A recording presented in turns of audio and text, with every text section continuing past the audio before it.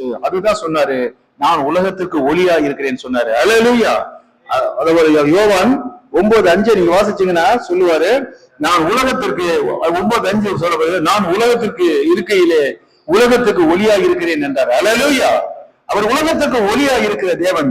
அதனாலதான் ஏசாயா 10:17 சொல்லுகிறது, இஸ்ரவேலின் ஒளியானவர் அக்கினியும் அவருடைய பரிசுத்தர் அக்கினி ஜுவாலை என்று சொல்லுகிறது. அல்லேலூயா. இந்த உலகத்துக்கு ஒளியாக வந்தவர் நம்ம ஆண்டவராய் இயேசு கிறிஸ்து. அந்த ஒளி என்னன்னாக்கா அவருக்குள்ள உள்ள ஜீவன் தான் ஒளியாக இருந்தது. அல்லேலூயா. அதுதான் சொன்னாரு ஆண்டவர் இயேசு கிறிஸ்து சொல்றாரு, திருடன் திருடவும் கொல்லவும் அழிக்கவும் வருகிறானே அன்றி வேறு ஒன்றுக்கும் வரான், நானோ அவைகளுக்கு ஜீவனம் உண்டாயிருக்கும் அது பரிபூர்ணம் வந்தேன்னு சொல்லி யோவான் 10:10 சொல்லுகிறார். அல்லேலூயா.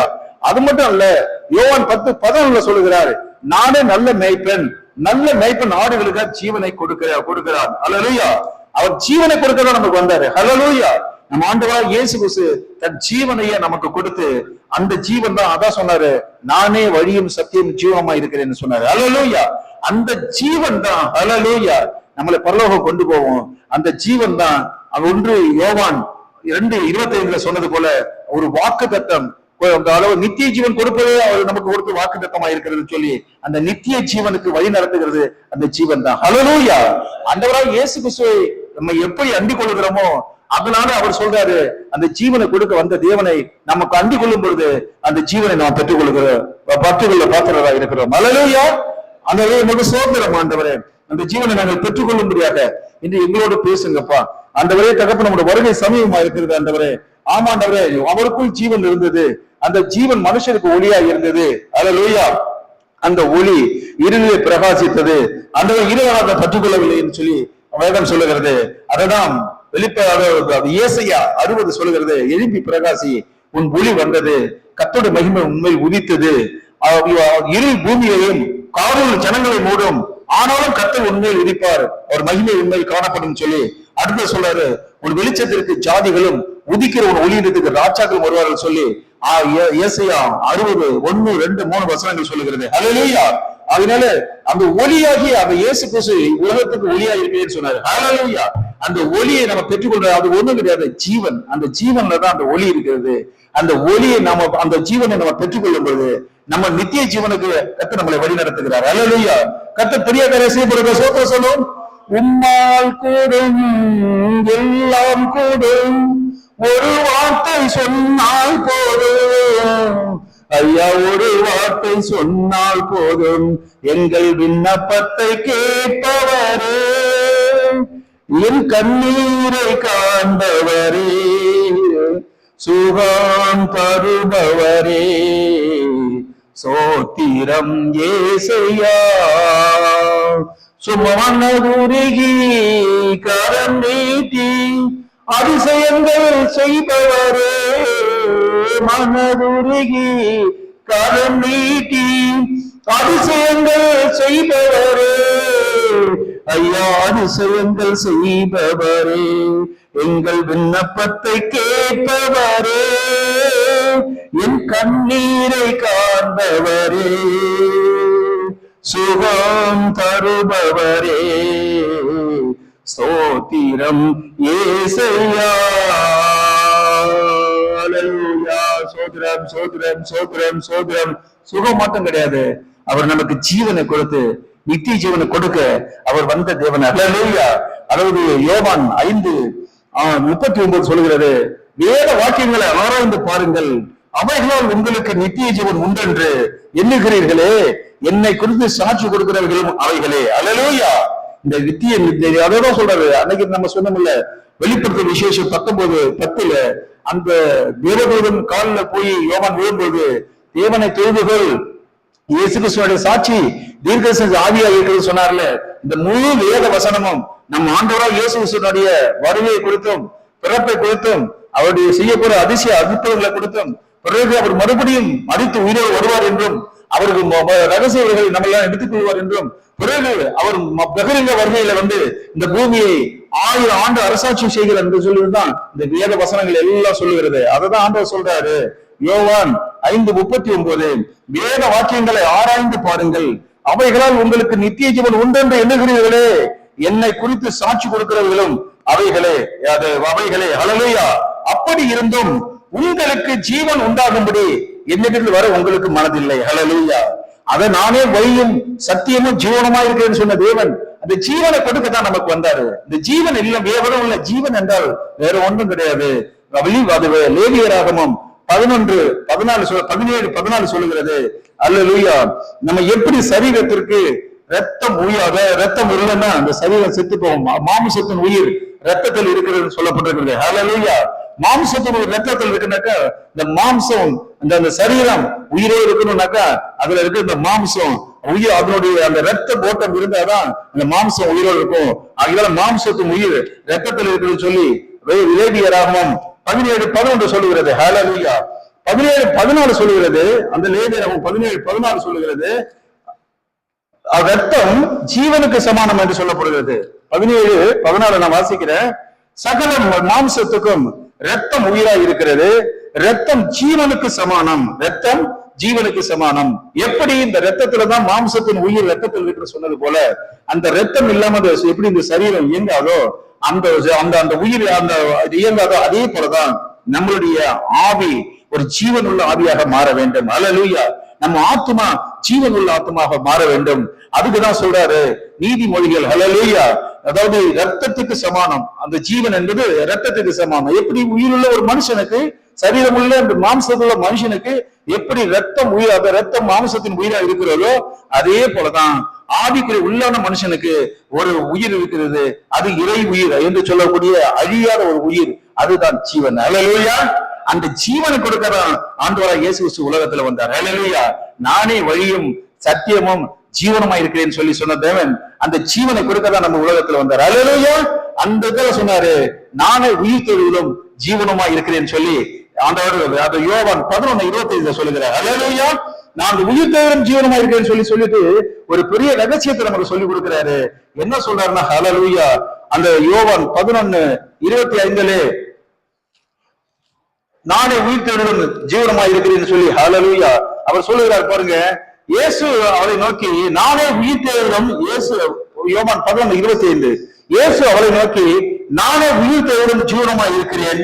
என்னை விசுவாசிக்கிறவன் மரித்தாலும் பிழைப்பான். மரித்தாலும் பிழைப்பான். அதனாலதான் மரித்தாலும் பிழைக்கணும்னாக்கா அந்த ஜீவன் அவருக்குள்ள இருக்கணும். ஹல்லேலூயா. அததான் சொல்றாரு நானே உயிர் தெழுவதும் ஜீவனமா இருக்கிறேன். அதனால இயேசு கிறிஸ்துவிட்ட தான் அந்த ஜீவன் இருக்குது. அது நானே வழியும் ஜீவனும் நானே வழியும் சத்தியமும் ஜீவனமா இருக்கிறேன். இயேசு கிறிஸ்துவை அல்லாமல் அந்த ஜீவனை நாம் பெற்றுக்கொள்ள முடியாது. அந்த ஜீவனை பெற்றுக்கொண்ட பிறகுதான் நம்ம மறுரூபமாக முடியும். அல்லேலூயா. அதான் சொல்றாரு இயேசு அவரை நோக்கி நானே உயிர் தெழுவதும் ஜீவனமா இருக்கிறேன். என்னை விசுவாசிக்கிறவன் மரித்தாலும் பிழைப்பான்னு சொல்லி சொல்றாரு. அல்லேலூயா. அதுக்கு அடுத்த வசனத்துல பாத்தீங்கன்னா 11:26 வாசிச்சீங்கன்னா யோவான் உயிரோடு இருந்து என்னை விசுவாசிக்கிறவன் எவனும் எந்தெந்தைக்கு மறியாமலும் இருப்பான். இதை விசுவாசிக்கிறாய் என்றார். இது தாங்க எடுத்துக்கொள்ளுதல். அல்லேலூயா. ரகசிய வருகையில மரணத்தை காணாமல் எடுத்துக்கொள்வோம் சொல்லி 1 கொரிந்தியர் 15 அந்த 51-52 சொல்றாங்கல்ல. இதோ ஒரு ரகசியத்தை சொல்லுகிறேன். நீங்க 1 கொரிந்தியர் 15 அல்லேலூயா 51 நீங்க வாசிச்சீங்கன்னா அது ரொம்ப தெளிவாக சொல்லப்பட்டிருக்கிறது. எடுத்துக்கொள்ளுது பொழுது அல்லேலூயா. உமக்கு கோடானபடி சோத்திரம் ஆண்டவரே. ஆண்டவரே நீர் உங்க வருகை சமயமா இருக்கிறது ஆண்டவரே.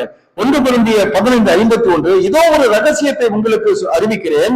நாம் எல்லோரும் நித்திரை அடைவதில்லை. ஆனாலும் கடைசி எக்காலம் துணிக்கும் பொழுது ஒரு நிமிஷத்திலே ஒரு இமை பொழுதிலே நாம் எல்லோரும் மறுரூபமாக்கப்படுவோம். அல்லேலூயா.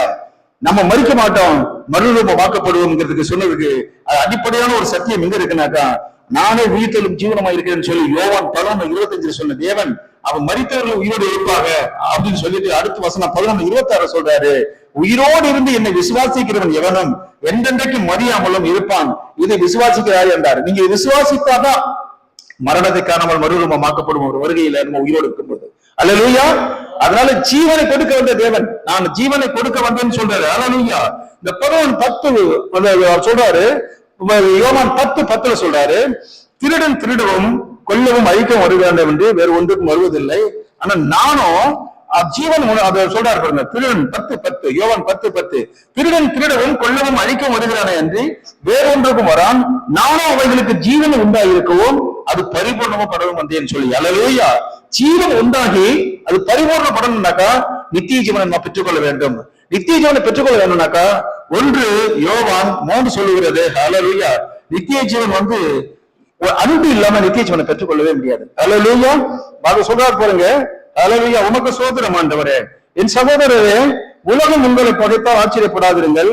நாம் சகோதரர்களை அன்பு கூறுகிறபடியாலே மரணத்தை விட்டு நீங்கி ஜீவனுக்கு உட்பட்டுகிறோம் சொல்லி 1 கொரிந்தியர் 3:14 சொல்லுகிறது. நாம் சகோதரர்களை அன்பு கூறுகிறபடியால் மரணத்தை விட்டு நீங்கி ஜீவனுக்கு உட்பட்டுகிறோம் என்று அறிந்திருக்கிறோம். சகோதரர்களை அன்பு கூறாதவன் மரணத்தில் நிலை கொண்டிருக்கிறான். ஹல்லேலூயா. அதுக்கு அடுத்து சொல்றாரு பாருங்க, தன் சகோதரனை பகைக்கிற எவனும் மனுஷ கொலைபாடகனா இருக்கிறான்.